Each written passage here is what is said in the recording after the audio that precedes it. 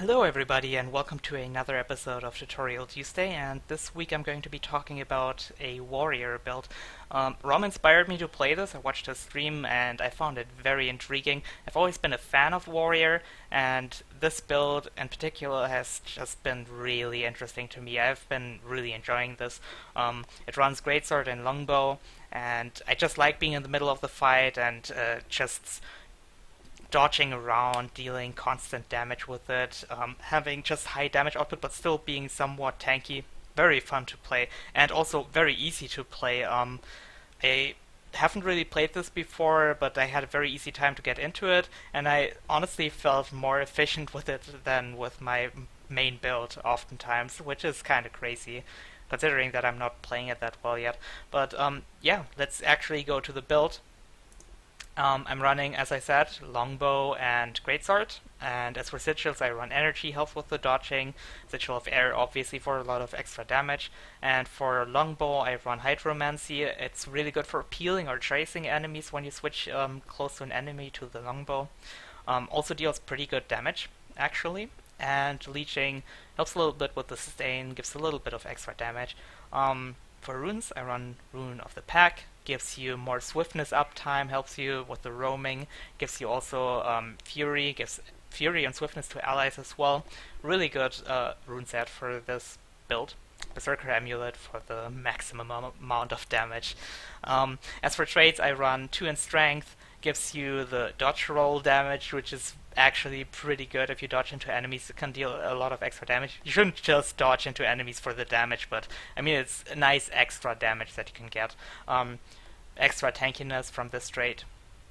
And 6 points in defense for, like, just to compensate that you're running a Berserker's Amulet. Helps you to just stay alive for a lot longer. For the first trait, I run stance duration. Since I run 3 stances, this is very good.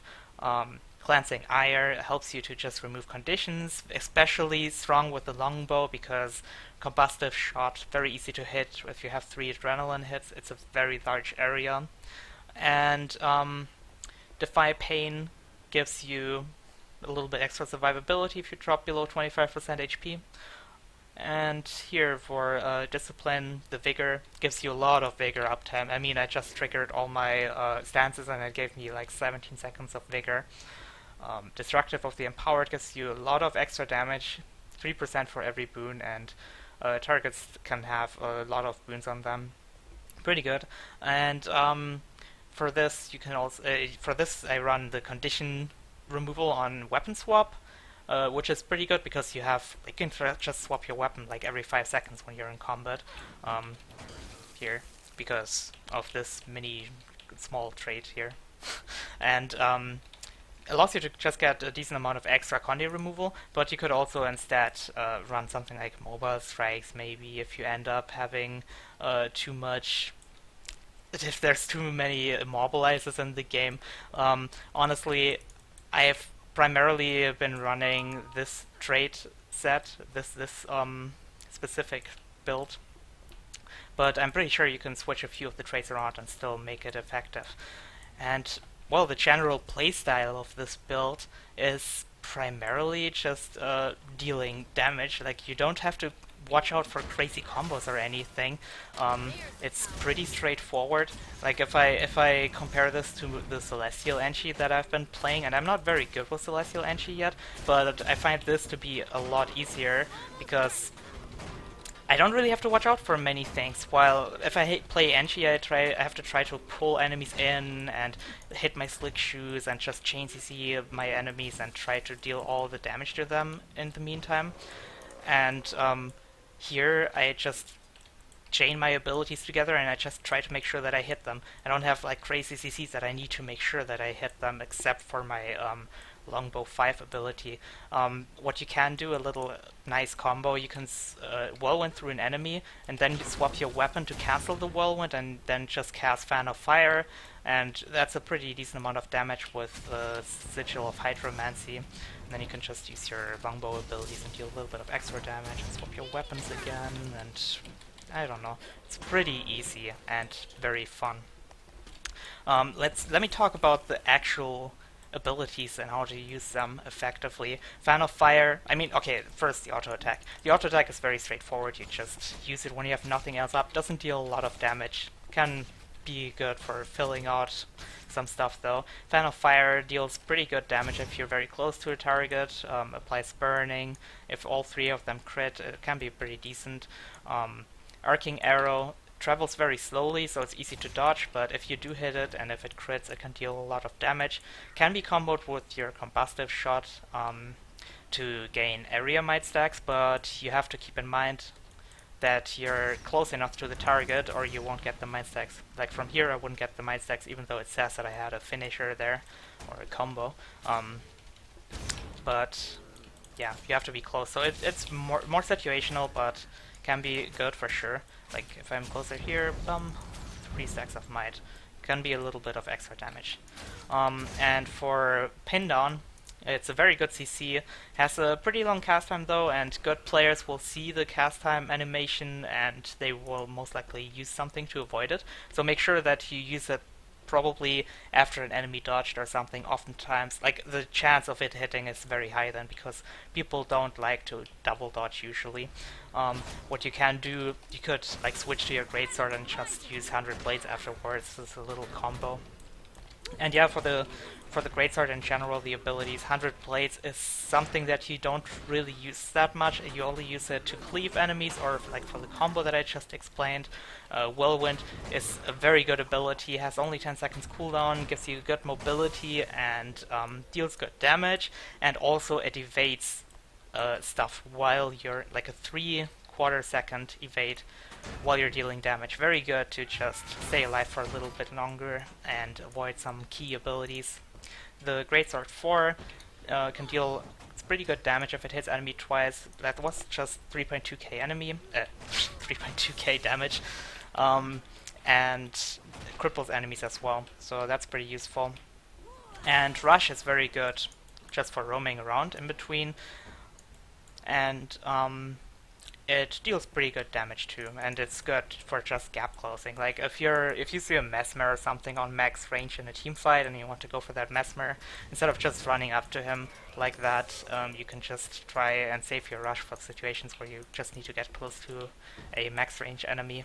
As for utilities, you don't, and healing skill as well, you don't really need to watch out too much for this. The healing skill is just passive. You don't really ever use it unless you are like super low HP and you're like, you think that you would die for sure and the heal might save you.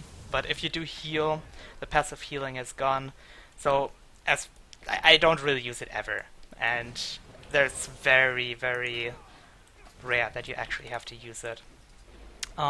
Stances are pretty straightforward as well. This makes you immune to conditions. You just use it like against an Enchi right away or something. Against a Necro you can avoid the fears, you can avoid some CCs with it, like immobilizers and blinds and stuff like that. And your pain makes you immune against direct damage. It also breaks stuns, and Balanced Stance gives you swiftness, which can be used sometimes to just roam in between two nodes. Very useful for that. And, well, just to avoid like some hard CC on you. Very easy to use them. You will figure out how to use them and when to use them. And for the elite, Rampage, super strong ability.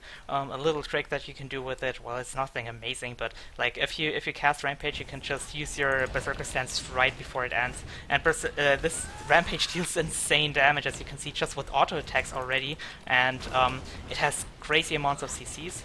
Somehow I didn't hit him with my charge attack there. Charge deals a lot of damage. Didn't crit. But yeah, it has crazy amounts of CC. Every ability CCs. You have a charge on just a very short cooldown. You have this AoE stomp. You have the rock throw on range. You can just destroy people with it. Like if you charge a Necro with it, for example, and if you have the Condi immunity up, he's not going to be able to do anything about it unless he has Plague Form up, and you can just absolutely destroy him. Like, he can't fear you, he can't immobilize you, he can't blind you, you're immune to CCs in general, and you can just knock him down and deal lots of damage. I had a solo queue match that I uploaded to YouTube where I just charged on a Thief, That was, I think, against Team Salt, and the thief got destroyed in like 3 hits. I mean, it was lucky, and it also, like, he didn't have the cooldowns to get out of my CC, but I mean, it can happen that you can just destroy somebody really quick. And also, Rampage, because it gives you the stability, you can also just use it for stomping people. I think it's a very good ability as soon as an enemy goes down to just cleave, especially because of the AoE stomp as well. Or if you see like a Necro, I think Necros are a very easy target with it. Other than that, it depends. Like if you go for an Engie, for example, I wouldn't use it until they use their toolkit block, because the toolkit block is very good against it. You can't really do anything to penetrate it.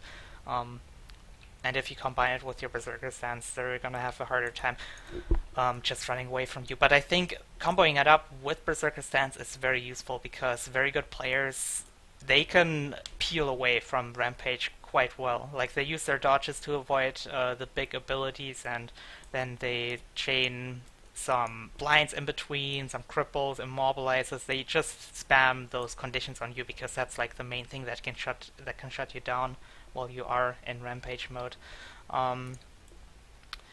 For adrenaline use, by the way, I would say you should primarily, like if you have 3 bars, it's better to use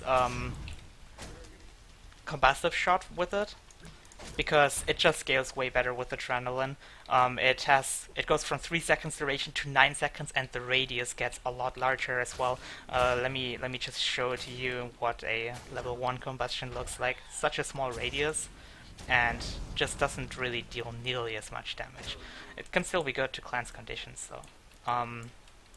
While the Greatsword ability deals the same amount of damage on every tier, the only thing that changes is that, okay, the conditions removed always changes, but it only gives you a little bit more fury. Like, instead of 5 seconds on tier 1, it gives you 10 on tier 2 and 15 on tier 3, which is alright, but it doesn't deal extra damage. Also, this ability deals 50%, not 50%, but it deals a decent amount of extra damage if the target is below 50%, so that's something to keep in mind as well. And yeah, this build is pretty fun. You can combo your might stacking with your combustive thing, and it can deal extra damage, and bam, and use 100 blades, and whoosh, and rampage, and boom! They charge through him somehow, and stompy. Something is wrong.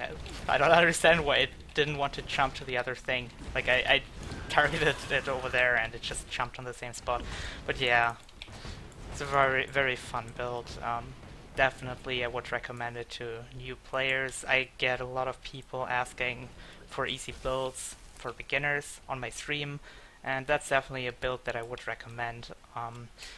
If you have any questions about this build, oh, actually, something that I really want to touch on real quick as well. It's something that I don't really use that much on my engineer, but you can keybind in the options menu. You can keybind stow/draw weapon on one key. I have it on Alt. I don't know. I might change it. It's okay though so far. And what that does, you can cancel your abilities with it. I mean, it's very simple, and it's probably common that most people use it nowadays. But back then, when I played, not too many people used that. And what you can do with it, for example, you can fake cast your pin down, and you can cancel it, and then they might dodge, and then after they dodged, you can still cast the pin down, and they really won't see it coming.